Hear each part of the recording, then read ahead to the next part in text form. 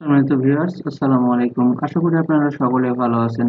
গত টিউটোরিয়ালে আমি অ্যানিমেশনের দুটি বিষয় দেখিয়েছি। একটা হচ্ছে এমফ্যাসিস আর একটা হচ্ছে ইন্টেন্স। অর্থাৎ ইন্টেন্স পরিচয়মূলক প্রথমে কিভাবে লেখাগুলো বা ছবি কিভাবে আসবে সেটি, আর এমফ্যাসিসটা কিভাবে স্লাইড থাকা অবস্থায় আপনার লেখা ছবি কিভাবে আপনি শো করাতে চাচ্ছেন সেই বিষয়টি দেখিয়েছি। আজ আমরা দেখব এই লেখা বা ছবি কিভাবে আপনার একটা স্লাইড থেকে চলে যাবে সেই বিষয়টি আমি দেখানোর চেষ্টা করব। তো সেটি দেখানোর জন্য আমি প্রথমে যেই দুটি অ্যানিমেশন দেখিয়েছি ব্যবহার করেছি মাই নেম ইজ এ। আজকে আমি এটাতে আবারও কিভাবে লেখাটি চলে যায় সেটি দেখানোর চেষ্টা করব। তো সেটার জন্য প্রথমে আমাকে এইটি লেখাটি সিলেক্ট করতে হবে, করার পর আবারও অ্যাড অ্যানিমেশনে ক্লিক করব। এরপর আমরা সরাসরি চলে যাব এক্সিট। এই যে এখানে লেখা আছে এক্সিট, এক্সিট অ্যানিমেশনে যাব। দেখেন এখানে ড্রপ ডাউনে ক্লিক করলে এক্সিট অ্যানিমেশনের কিছু পথ চলে আসবে। তো এক্সিট অ্যানিমেশন অর্থাৎ আমার অ্যানিমেশনটা কিভাবে চলে যাবে সেই বিষয়টি আমি দেখাবো। তো আমি চাচ্ছি যে ফ্লাই আউট হয়ে সেই লেখাটি চলে যাক। তাহলে এখানে আমি ফ্লাই আউটে ক্লিক করলাম। ক্লিক করার পর দেখেন এটা নিচ দিকে চলে গেল। আমি চাচ্ছি নিচ দিকে নয়, এটা এই ডান পাশে কোণা দিয়ে চলে যাবে। তাহলে এখানে এই যে ইফেক্ট অপশনের এখানে ক্লিক করব। করার পর ডান পাশে কর্নার মানে এই যে টু টপ রাইট মানে উপরের ডান পাশে কর্নার দিয়ে চলে যাবে। দেখেন চলে গেল খুব দ্রুত গতিতে। আমি চাচ্ছি আস্তে আস্তে লেখাটি চলে যাবে। তাহলে এখানে ডিউরেশনের এখানে যায় অ্যানিমেশন ঠিক থাকা অবস্থায় এখানে আমার যে প্রথমে অ্যানিমেশনটা দিলাম এটি সিলেক্ট করা অবস্থায় এখানে ডিউরেশনটা বাড়িয়ে দিব।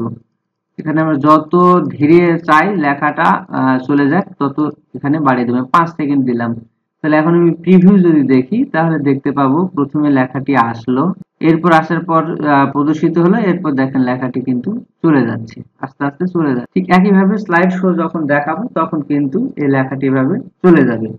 আবার আমি অন্য আরেকটিতে এটি দেখাতে পারি যে ছবি, এই ছবিটা কিভাবে চলে যাবে স্ক্রিন থেকে সেটি এখন একটু দেখানোর চেষ্টা করি। তো সেটির জন্য সরাসরি আমি অ্যাড অ্যানিমেশনে গেলাম, ছবিটা সিলেক্ট করার পর এরপর আমি এক্সিটের এখানে এক্সিটে কিভাবে যাবে এটি বাউন্স বা লাফালাফি বা যেভাবে ফ্লাই আউট হয়ে যায় এটিও আপনার যেভাবে লেখাটি চলে যেতে চান এখানে অপশনগুলো বারবার ট্রাই করবেন এবং মোর এক্সিট আছে সেখান থেকে আপনারা দেখতে পারেন।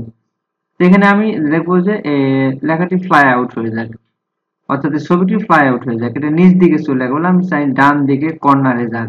তাহলে আমি এখানে টপ রাইট সিলেক্ট করে দিলাম, খুব দ্রুত গতিতে চলে গেল। সেটি না যে আমি আরো একটু স্লো মোশনে যাওয়ানোর চেষ্টা করছি, তাহলে এখানে আমি যত সেকেন্ড আপনি পরে নিতেছেন তত এখানে সিলেক্ট করে দিবেন। তারপরে প্রিভিউ দেখেন যে ছবিটি প্রথমে আসলো এটা, এরপর এখানে আমি যতগুলো অ্যানিমেশন সেট করেছি এটার সাথে সবগুলা কাজ করবে, এরপর এটাতে আসবে। এই যে দেখেন এই ছবিটি আস্তে আস্তে আস্তে আস্তে এটি চলে গেল।